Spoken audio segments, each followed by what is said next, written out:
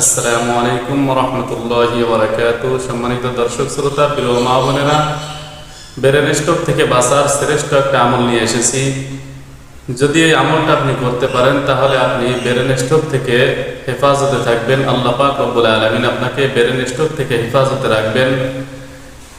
অনেকেই আমাদের ভাই বিরাদার আছে, প্রবাসে থাকে, তারা পারিবারিক কলহের কারণে হোক, যে কোনো কারণে হোক, দেখা যায় বিভিন্ন টেনশনের কারণে তারা ব্রেন স্ট্রোক করতেছে। এই ব্রেন স্ট্রোক থেকে বাঁচার জন্য আমি আজকে যে আমলের কথা বলবো অত্যন্ত পাওয়ারফুল আমল এবং পরীক্ষিত আমল। এটা আপনি যখন করবেন তখনই আপনি বুঝতে পারবেন, আমল করার সাথে সাথে আপনি এর ফায়দা উপলব্ধি করতে পারবেন।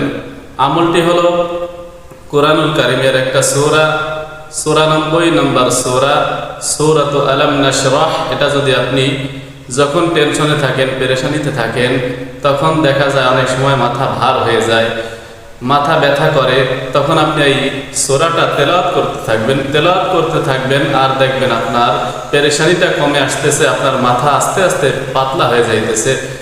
সম্মানিত দর্শক শ্রোতা, এই আমলটা যদি আপনি করতে পারেন তাহলে অবশ্যই আল্লাহ পাক রব্বুল আলামিন আপনাকে এই ব্রেন স্ট্রোক থেকে হেফাজতে রাখবেন।